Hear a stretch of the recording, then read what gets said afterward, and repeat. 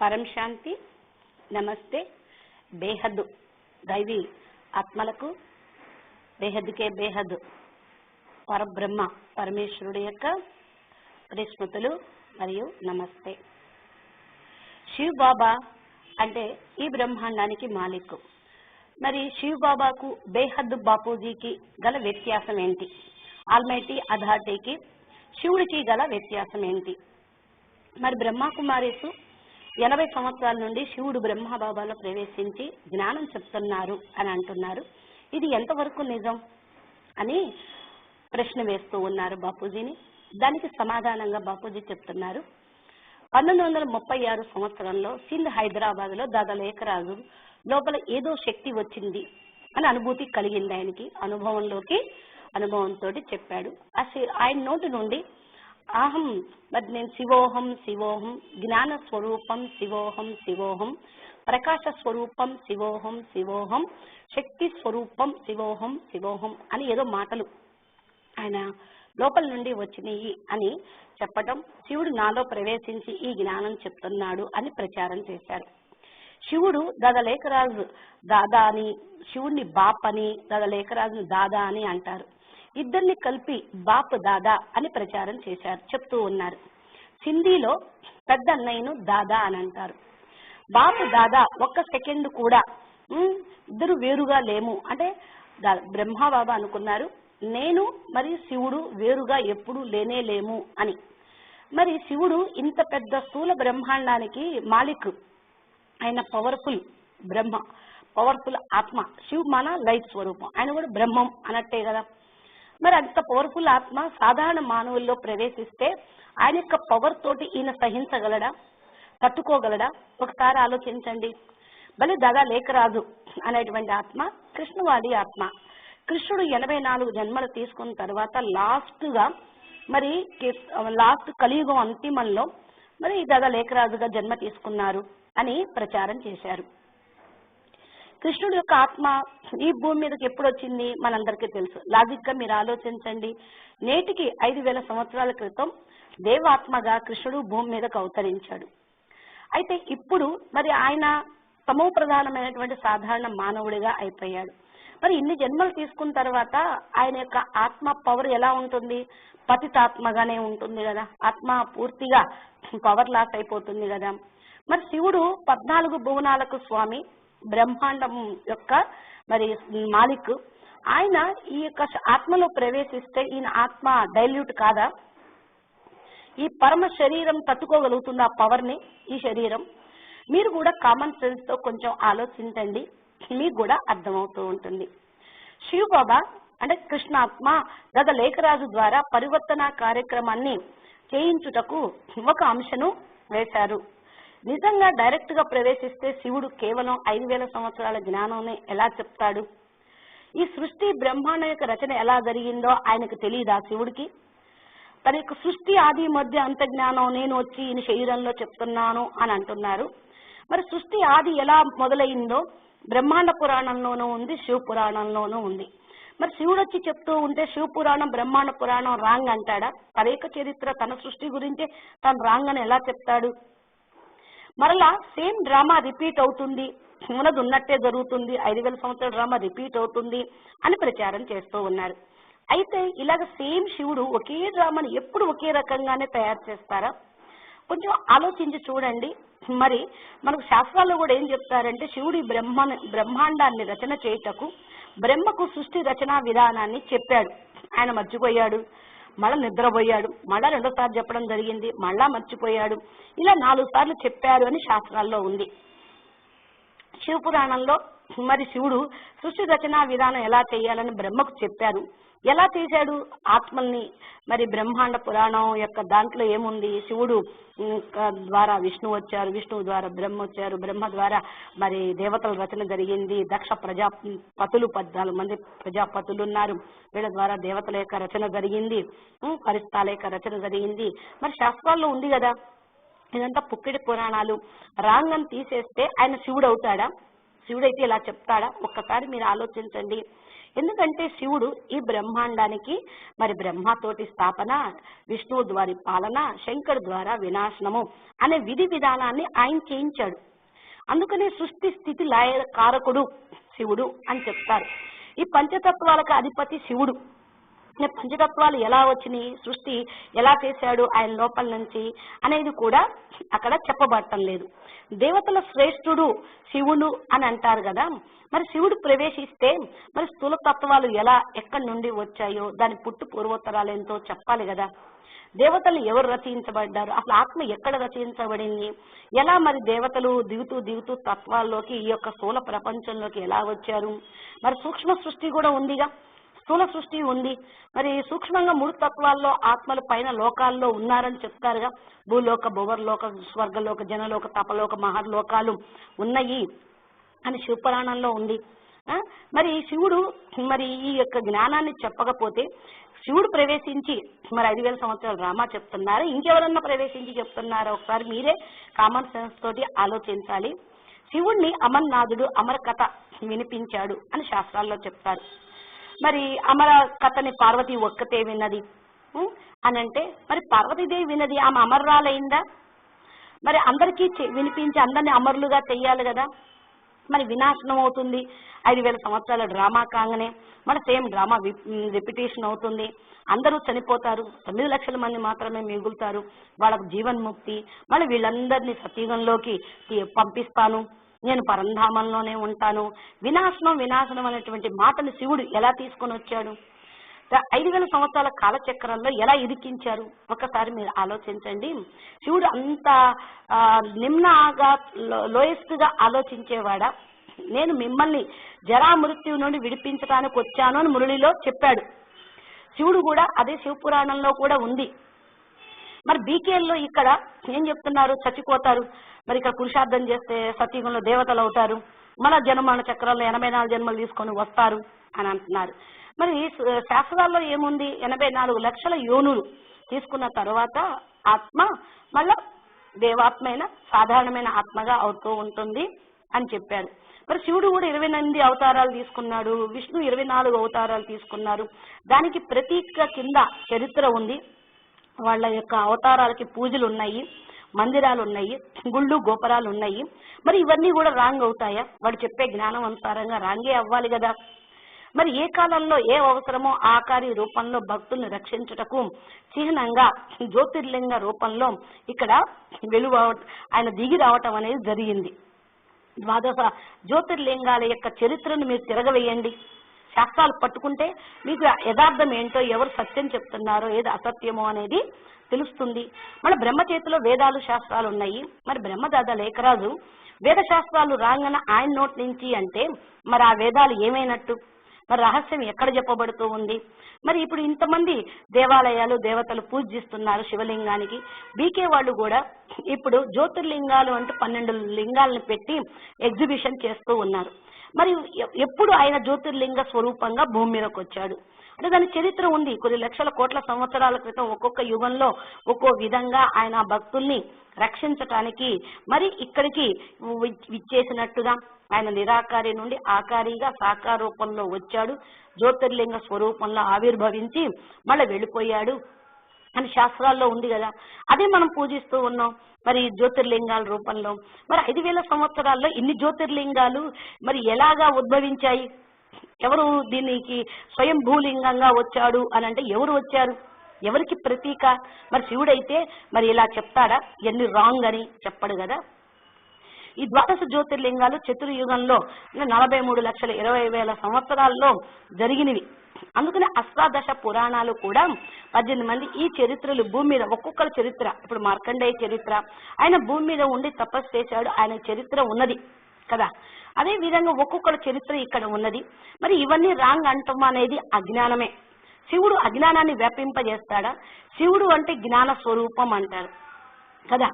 అహం జ్ఞాన స్వరూపం శివోహం శివోహం అన్నారు కదా. ఈనాడు శివోహం అంటూ అహం బ్రహ్మస్మి అంటూ సాధన చేసినటువంటి వాళ్ళు కూడా సర్వ వేదాల శాస్త్రాలను గ్రహించి శివతత్వాన్ని గ్రహించి శివుడు సమానంగా తయారు కావాలి అని మరి వాళ్ళు తపస్సు చేస్తూ బ్రహ్మస్మి లాగా శివోహం లాగా శివుడు సమానం అంటే శివుడు అంటే జ్ఞాన స్వరూపంగా ఆయన వాళ్ళందరూ అయ్యి నిరాకారి స్టేజిని పొంది పరంధామంలో శివుడి దగ్గరికి చేరారు కదా. కొంతమంది ఏమో శివుడి లోపల ఐక్యమై శివ సాన్నిధ్యాన్ని శివ మోక్షాన్ని కూడా పొందారు. ఎంతో మంది ఋషులు మునులు ఈ భూమి మీద ఎందరి యొక్క చరిత్ర ఉంది. దానికి గుర్తుగానే మనం ఈ యొక్క రాసుల్ని మరి గోత్రాలని కూడా 108 మంది ఋషుల యొక్క గోత్రాలు కూడా మరి 12 రాసుల యొక్క కూడా మరి ఇవన్నీ మనం చూస్తూ ఉన్నాం ఇక్కడ. అంటే మరి శివుడు అంటే అక్షర బ్రహ్మ, అక్షరాలు ఆయన నుండే వచ్చినాయి. ఆయన డమరుకం మోగించడంతో భాష పుట్టింది అంటారు. ఎప్పుడు ఈ భాష పుట్టింది? భూమి ఎప్పుడు పుట్టింది? ఎందుకు ఏమయ్యారు దేవతలు? ఏమవుతూ ఉన్నారు? జనమన చక్రంలో కర్మల సిద్ధాంతం అనేది ప్రవేశపెట్టారు కదా. దాని అనుసారంగా కేవలం 5000 సంవత్సరాల డ్రామాను మురళిలో చూపించి మరి మానవుల్ని వీళ్ళు మంచి దారిలో తీసుకెళ్తున్నారా లేదా అనేది మనం ఒకటి ఆలోచించాల్సినటువంటి విషయం అన్నమాట. అయితే మరి అందుకే అంతిమ సమయంలో బేహద్ బాపు కూర్చొని సర్వ వేదాల శాస్త్రాల సారాన్ని చెప్తానని మురళిలో ఉంది. అంటే మరి శివుడు బేహద్ బాపు కాదా? మరి ప్రవేశించి చెప్పేటువంటి ఆయన ఏమంటున్నారు? వేద శాస్త్రాలు అంటే ఏమీ లేదు, దాంట్లో పిండిలో ఉప్పేసినంత సత్యమే ఉంది అన్నారు. మరి సారం అనేది రామాయణం జరగలేదు, భారతం జరగలేదు, ఇక్కడ యుద్ధం లేదు, అన్ని సంగమయుగంలో ఉంటాం సారం అది కాదు కదా. మరి వేదాల శాస్త్రాల సారం నేను కూర్చొని బేహద్ తండ్రి బేహద్ పిల్లలకి బేహద్ మాటలు వినిపిస్తాను అని ఉంది. అంటే ఏంటి? శివుడు హద్దులో బాపు, ఈ బ్రహ్మాండానికి మాలిక్. ఈ బ్రహ్మాండం అంటే ఒక చిన్న యూనిట్. దీని సైన్స్ వాళ్ళు ప్రూవ్ చేస్తున్నారు. ఈ యొక్క బ్రహ్మాండం ఒక సౌర కుటుంబం. సౌర కుటుంబంలో మరి శివుడి యొక్క బ్రహ్మాండము మరి అది ఎన్నో సౌర కుటుంబాలు ఉన్నాయి. క్లస్టర్ ఆఫ్ బ్రహ్మాండాలు ఉన్నాయి. ఇవి నక్షత్రాల రూపంలో కనపడుతూ ఉన్నాయి. ఈ బ్రహ్మాండాలు ఏవైతే ఎక్కడైతే ఉన్నాయో దాన్ని గెలాక్సీ అని అంటున్నారు. అంటే దీన్ని బట్టి ఏమవుతుంది? ఒక్కో బ్రహ్మాండానికి ఒక్కో శివుడు ఉన్నాడు. అంటే అనేక మంది శివుళ్ళు ఉన్నారు. ఒక్కొక్క బ్రహ్మాండానికి బాపు శివుడైతే ఆయన హద్దులో అయిపోయాడు.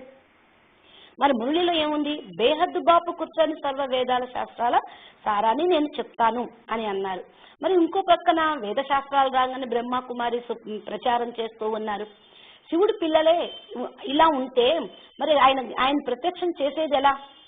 బ్రహ్మ సంతానం బ్రాహ్మణులు అంటారు. బ్రహ్మ చేతిలో వేదాలు శాస్త్రాలు ఉన్నాయి. మరి ఆయన నోటితోటి మరి ఎన్ని రాంగ్ అని అంటే ఆయన బ్రహ్మ అవుతాడా? వేదాలు శాస్త్రాలు రాంగ్ అనేవాడు బ్రహ్మ అవటానికి వీల్లేదు అని శాస్త్రజ్ఞానం ఉన్నది.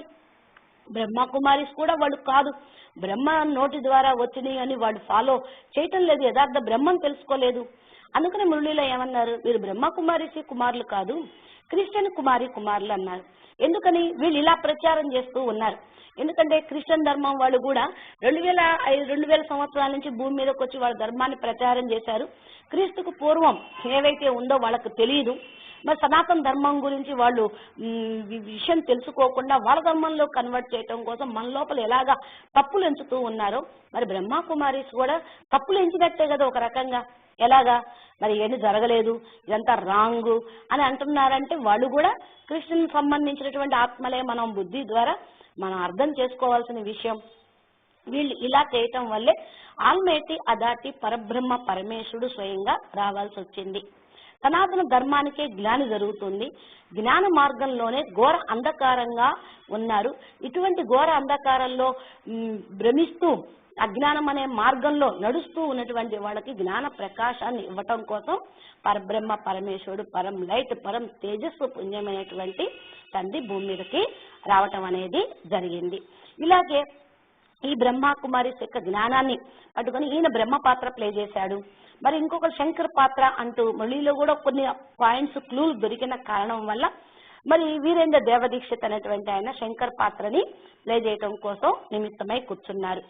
మరి నేను బ్రహ్మకుమారి ఆశ్రమానికి కూడా వెళ్ళాను. కానీ అక్కడ మరి వాళ్ళు చెప్పేటువంటి జ్ఞానం సమంజసంగా లేదు, నా ప్రశ్నలకు సమాధానము వాళ్ళు చెప్పనూ లేదు. మరి ఒక్కరికంటే మరి జ్ఞానం అనేది వేద శాస్త్రాల్లో ఉన్నదాన్ని తీసి పారేస్తూ ఉన్నారు.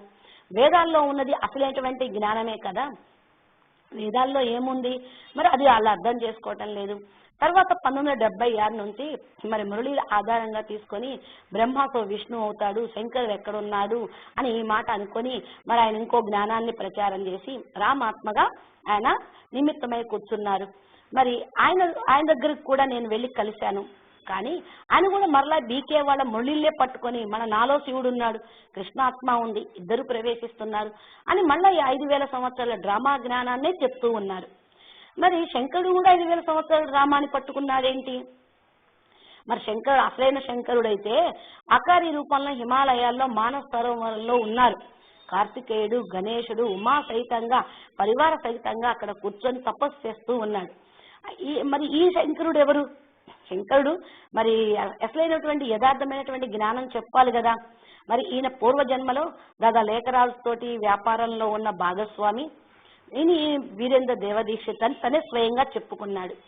నేను లేఖరాజు వ్యాపారం అంతా చూసేవాడిని, అల్లఫ్కో అల్లా మిలా బేకో మిలి జూటీ బాద్షాహి అని అన్నారు.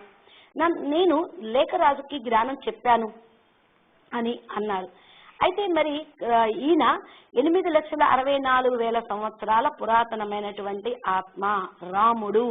ఎందుకంటే నేను రామువాలి ఆత్మను అని అంటున్నా అంటే రాముడి భూమి మీదకి ఎప్పుడు వచ్చారు అంటే 8,64,000 సంవత్సరాల పూర్వం యొక్క ఆత్మ అని మనం శాస్త్రాల ఆధారంగా మనం ఈయన్ని నిర్ధారించవచ్చు.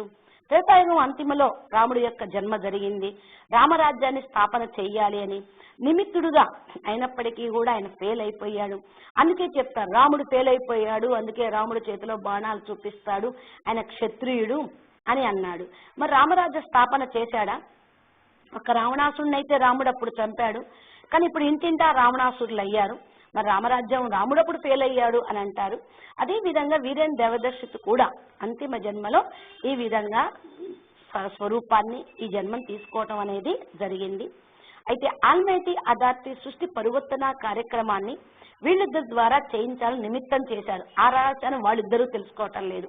నేను కృష్ణవాలి ఆత్మను, ఆల్మైటీ అథారిటీ యొక్క అంశని నేను సృష్టి పరివర్తన కార్యక్రమానికి నిమిత్తమయ్యాను అనేటువంటి విషయం దాదా లేఖరాజు బ్రహ్మ తెలుసుకోలేకపోయాడు. బ్రహ్మ అనేటువంటి ఆయన తెలుసుకోలేకపోయాడు. మరి వీరేంద్ర దేవదీక్షిత్ ఎవరైతే ఉన్నారో కంపిల్లో మరి ఆయన గ్రహించలేకపోయాడు. అందుకనే ఇప్పుడు ఆల్మైటీ అథారిటీ స్వయంగా సాధారణ మనిషి రూపంలో అవతరించి సర్వ వేదాల శాస్త్రాలను చెప్తూ రామకృష్ణాత్మల్ని నేను ఎలా నిమిత్తం చేశాను, వాళ్ళకి ఎలా పవర్ ఇచ్చాను, వాళ్ళు దేనికి మరి ఏం చేశారు, మిస్యూజ్ ఎలా అయింది అని అన్ని కూడా నేను చెప్తూ ఉన్నాను ఇక్కడ. మరి నన్ను ఈ బేహద్దుకే బేహద్దు మరి బాప్ అంటే ఎవరు అంటే సృష్టి మొత్తానికి అనంత కోటి సృష్టికి మొత్తానికి మూల పురుషుడు, పరం పురుషుడు, పరమ తేజస్సు యొక్క స్వరూపం. ఆయన నిరాకారిగా ఆకారి రూపంలో ఉండి ఈ సృష్టి మొత్తాన్ని కూడా చూస్తూ ఉన్నారు. ఈ బ్రహ్మాండం అనంత విశ్వం అయిపోయింది. ఎన్నో అనంతమైనటువంటి బ్రహ్మాండాల యొక్క చరిత్ర ఆయన దగ్గర ఉన్నది. కాబట్టి వేదాలు ఈ భూమి మీద వేదాలు శాస్త్రాలు ఆయన ఏమున్నదో ఆయనకు అంతా తెలుసు, ఎక్కడ ఖరాబ్ అయిందో తెలుసు, ఏ విధంగా పతనమైందో అందరికీ అన్నీ తెలుసు. అందుకనే ఆకారి బాపు మరి వీళ్ళిద్దరూ చేయలేని పరిస్థితి ఇక్కడ నెలకొల్పాడు. కాబట్టి ఇలా ఉన్న కారణం వల్ల మరి ఆయన స్వయంగా రావాల్సి వచ్చింది. స్వయం భూ అంటే ఆయన స్వయంగా భూమి మీదకి వచ్చి ఏదైతే ఎక్కడైతే తప్పు జరుగుతూ ఉందో ఆ చరిత్రను మళ్ళా మాఫ్ చేయటానికి ఇక్కడ రావాల్సి వచ్చింది భగవంతుడు. ఈ భూమి మీద జరిగిన చరిత్రలన్నీ తెలుసు. ప్రజాపిత బ్రహ్మకుమారి ఈశ్వరీయ విశ్వవిద్యాలయం శివుడు స్థాపించాడు అని తెలుసుకొని శివుడి దగ్గరికి మరి అందరూ వెళ్తూ ఉన్నారు. అక్కడ చెప్పేటువంటి జ్ఞానం మరి జవాబు దొరకని కారణం వల్ల అందరూ మళ్ళీ బయటికి వెళ్ళిపోతా ఉన్నారు. మన శంకర్ పార్టీ కొంతమంది చేస్తూ ఉన్నారు. ఇది కరెక్ట్ కాదు, అసలు రహస్యాలు ఇంకా కాలేదు అనేటువంటి విషయం కొంతమంది ఉన్నారు. నేను స్వయం సాధన చేసి ఆల్మైటీ అథారిటీ జ్ఞానంను మరి పూర్తిగా దించడం అనేది జరిగింది. తపస్సు చేసి నేను సాధించినటువంటి జ్ఞానాన్ని నేను దివ్య దృష్టితోటి అన్నిటినీ చూశాను. కృష్ణుడు నారాయణుడు విష్ణు వంశ కాదు. కృష్ణుడు అనే ఆయన దాదా లేఖరాజు 5000 సంవత్సరాల క్రితం కృష్ణ ఆత్మ ఏదైతే ఉన్నారో ఆయన నారాయణ యొక్క అంశ కాదు, విష్ణు వంశ కాదు, శివుడి యొక్క అంశ కూడా కాదు. ఆల్మైటీ అథారిటీ పైనుండి ఒక అంశను జన్మ తీసుకునే విధంగా 5000 సంవత్సరాల క్రితం ఫిక్స్ చేశారు. మరి ఇది పరమ జ్ఞానులు మహాయోగులు మాత్రమే దీన్ని గుర్తించగలరు. ఎప్పుడైతే కృష్ణావతరణ జరిగిందో కృష్ణుడు కింద అనేక రకాల లీలలు, రాసలీలలు కానీ అనేక రకాలుగా చేసినప్పుడు పైన సూక్ష్మవతలో ఉన్నటువంటి ఋషులు, మునులు, జ్ఞానులు వాళ్ళు గుర్తించారు ఈ కృష్ణుడు అసలైన కృష్ణుడు కాదు, మాయావి. ఇంకా ఏంటి పైనుంచి ఎక్కడో పరబ్రహ్మ పరమేశ్వరుడు యొక్క అంశ ఇక్కడ భూమి మీదకి వచ్చింది అని కొంతమంది మహాయోగులు కూడా గుర్తించారన్నమాట. కాబట్టి ఇప్పుడు తెలుసుకోవాల్సింది గగలేఖరాజు బ్రహ్మ కాదు, కృష్ణవాడి ఆత్మ. ఆయన ద్వారా ఆల్మైటీ అథారిటీ మరియు పరివర్తన జ్ఞానాన్ని చెప్పడం కోసం గీతా జ్ఞానాన్ని వినిపించారు. ఆ గీతా జ్ఞానమే ఇప్పుడు బ్రహ్మ కుమారి మురళీల ద్వారా వస్తుంది, మేము గీతా జ్ఞానమే చెప్తున్నాం, ఇదే సత్య గీతా జ్ఞానము అని అన్నారు. మరి కృష్ణుడు 5000 సంవత్సరాల క్రితం భూమి మీద చెప్పినటువంటి జ్ఞానాన్ని రికార్డింగ్ చేస్తున్నారు సైంటిస్టులు. మహాభారత యుద్ధమే జరగలేదు సంగమయుగంలో అంటే హర్యానాలో వెళ్ళండి, కురుక్షేత్రం ఉంది, అక్కడ జరిగిందో లేదో సిమ్టమ్స్ చూడండి. మహాభారత యుద్ధం చేశారో మరి చేయించారో జరిగిందో లేదో మీరు బుద్ధి ద్వారా జ్ఞానులై మీరు అర్థం చేసుకోండి. మహాభారత యుద్ధ సమయంలో కృష్ణుడి ద్వారా గీతా జ్ఞానం చెప్పించింది కూడా పరమాత్మ. అసలు విషయం ఇది అర్థం కావటంలా. మరి పరమాత్మే ప్రవేశించారా అప్పుడు అని కొంతమంది అడుగుతున్నారు. అంటే గీతా జ్ఞానం శివుడి ద్వారా బ్రహ్మ నోటి నుండి వచ్చిందా? మరి దీనికి అర్థం ఏంటి అంటే మహాభారత యుద్ధ సమయంలో పరమాత్మ ప్రవేశించాల్సిన అవసరం లేదు. ఆల్మైటీ అథారిటీ గాడ్ రేజెస్ ద్వారా కృష్ణుడి నోటి నుండి వినిపించారు. అదే పని బేహద్ బాపు డైరెక్ట్ గా మరి ఇక్కడ వచ్చి ఆకారి రూపంలో మళ్ళా చేస్తూ ఉన్నారు. బీకేలో జ్ఞానం కూడా చెప్పించింది గాడ్ రేజెస్ అని అంటూ ఉన్నారు. 1936లో కూడా శివుడు డైరెక్ట్ గా ప్రవేశించలేదు, సాక్షాత్కారాల ద్వారా పాత్ర చేశాను. బేహద్ బాపు వచ్చి బేహద్ మాటలు ఇప్పుడు నేను వినిపిస్తూ ఉన్నాను. బేహద్ విశ్వానికి మాలిక్ లాగా పిల్లల్ని చేస్తానన్న మురళిలో కూడా ఉంది.